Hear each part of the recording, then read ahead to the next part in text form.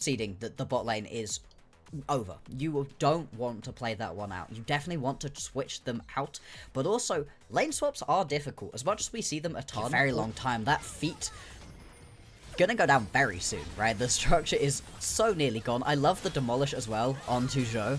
Just really knew what was going to be happening in this one, really trying to index into this being as strong as possible, and it is actually going to be an early move towards the Drake for Weiwei. They are going to recognize that, hey, we've got all of this pressure bot lane, going to be able to pick up this tower at just 6 minutes, 20 seconds into the game, and also grab an early Ocean Drake. And to be honest, an early Ocean Drake is great here too, exactly the kind of thing that you want to pick up. It makes it so much easier for your top laner to be able to just sit and chill. But to be honest, top laners have been a little bit homeless so far throughout this entire game. Not really had a lane to go and farm and do what they want to. Luckily, both Cassante and Ambessa have a lot of innate capabilities. That means it's not going to be the end of the world.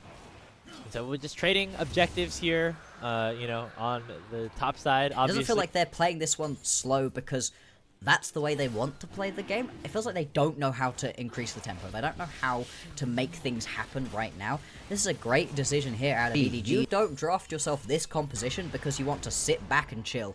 In fact, Assume gonna get jumped. Okay, pops the cleanse. Already the stun used is not the upgraded stun just yet for Weiwei, although he could have it available rather soon. Ace in the hole comes out. That's a good chunk of damage. Weiwei just unrelenting in his chase down of Assume. Finally will jump him and onto him and pick up first blood. So much attention to from both squads. It looks like both teams, though, still very scared of hitting this Rift Herald. So we might actually get a situation here, Boxer, where if EDG pick up this Herald or the next Dragon, that the feats of strength, or you know, could be. I mean, we could get a world where the feats of strength are picked up.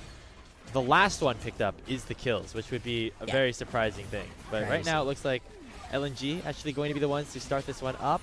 Xiaohao not really in a position to go for a steal unless he wants to be in danger of getting taken down. There's the Weaver's Wall. It separates 3 members of LNG, but a nice binding will force Xiaohao away from the pit, and it will mean that LNG will pick up this Rift Herald. That is 30 for Atakan though. Yay. That is true. Then we'll be locked in. Then it's time to really lock in. Yeah, that's when the game starts for both of these teams. Right. That's the point at which they are excited to play. These are formalities. Atakan, now that's the buff that everybody wants all the way through. Mid lane tower, as I was expecting. As 5. DDZ just going to have to give up that flank angle that he did have. Going to get jumped fully, though, by Weiwei. Flashes away. The Grand Starfall does come out. Weiwei with a lot of movement speed after casting that E, but is unable to lock down ZDZ and take him below 50% health. He will be able to go back to base and teleport right back. Still has that public execution available, and so now EDG are the ones who feel comfortable to actually start up this Dragon. Looks like it could be a bit of a flip unless one side wants to go for an early engage.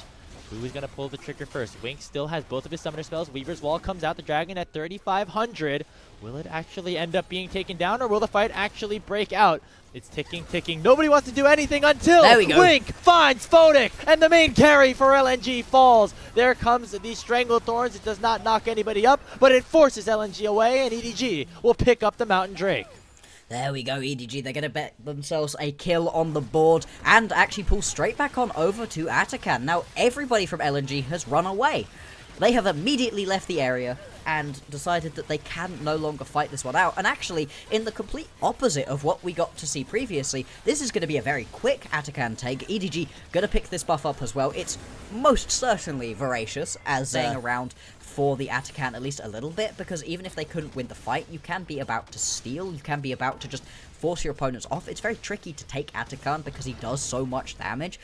The fact they just ran away pretty much just gave it over for free to EDG. They're going to be very happy with that one. Still, not up by very much gold. In fact, with that tower falling, the gold is barely 1,000 apart right now.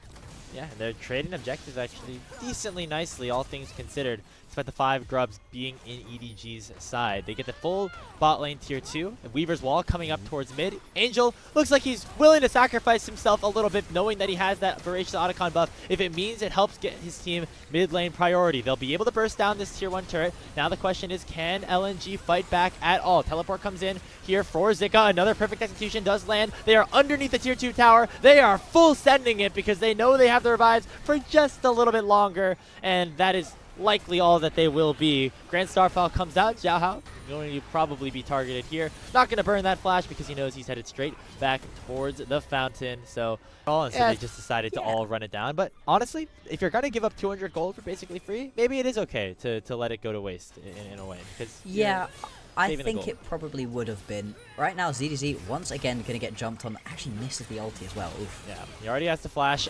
There comes the Between Worlds from Haichao as well. ZDZ low on energy. Going to try to use that passive to get a little bit more, but it will not be enough as Weiwei picks up the kill. Meanwhile, on the other side, EDG going to try to use that time to take the Baron, and they do with all the damage that Xiaohao does have. Assume uses the killer instinct, try to get away. Zico looking to chase forward, but the Unraveled Earth makes sure that he dashes straight towards his demise, as it will be an extended 1-for-1 with the Baron going Edward Gaming's way.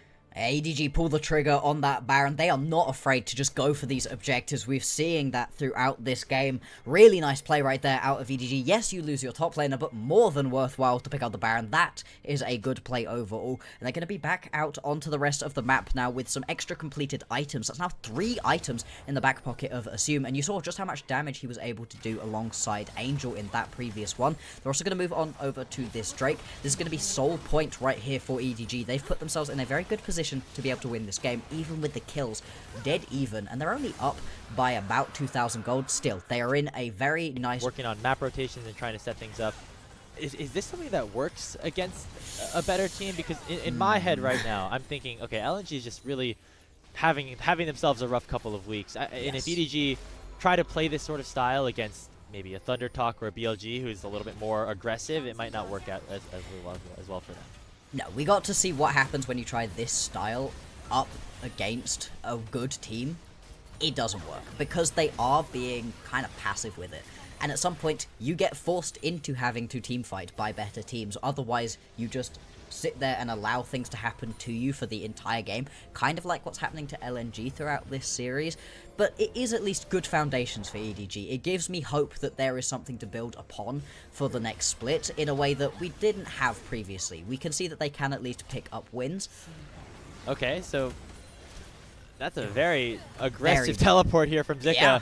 Forces all of EDG back at the very least, and now Wink actually could be a big target here. He pops the Unbreakable Will, a 2-man seismic shove does connect, and the E from Weiwei should be able to keep him alive for now. Ultimate does come away, and it will be Photic picking up that 3rd kill of the game. Finally, we get the feats of strength 28.5 minutes into this one. Looks like the ace in the hole will land just onto Xiaohao, and the rest of EDG will back away with just giving up that one.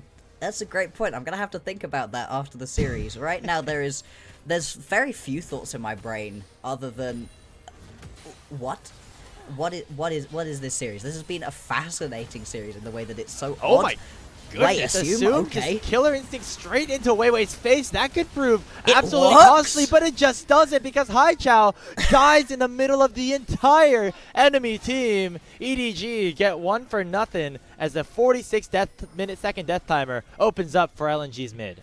That's exactly what I was just saying. What is this series? Assume diving in when there's an Aurora on the board and it works. Doesn't even die right there to Photic. Photic's going to pay with his life here. Yeah, Public Execution comes in from ZDZ. That'll lock down Photic. Here comes the Grand Starfall from Weiwei. Assume's still here. Rather low. And he does get shut down by the Comet Spear of the Pantheon, but it does not matter because he will go down in response. Still a 4v2 open on top of the map, and ZDZ very powerful at this point in the game. He might have been starved early with the lane swap, but he's all powerful now. Level 16 on the Ambessa and looking to open up this inhibitor tower. Yeah, the Lux ulti going to come through. It takes away most of the weight, but not all of it, not enough.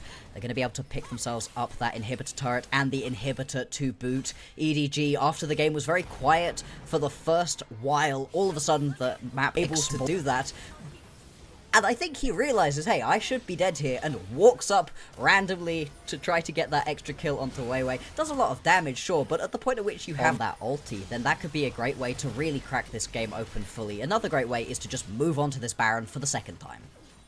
And if they pick this up, could eventually lead to the end of the game. The Weaver's Wall will block out Zhuo specifically, as ZDZ is in on the flank with the Zyra and Kaisa. This Baron bursts down so incredibly fast, it will be secured without a question here for EDG. And now the real question is, can LNG escape with their lives after posturing around the pit maybe a little bit too far forward? Redemption comes out and heals up LNG rather nicely. You can see right now, Juo on the Lux barely tickling EDG. And Haichao gets caught out by the public execution. It's a double kill in for ZDZ. And that should just about do it. It was not the split that EDG wanted, but it definitely was the series that EDG wanted today against LNG. They pull off a clean sweep, 3-0, and will end this split one on a high note.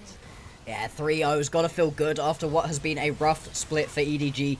But this one was great. This one was pretty clean the whole way through. It never really felt like LNG had a chance. EDG were just the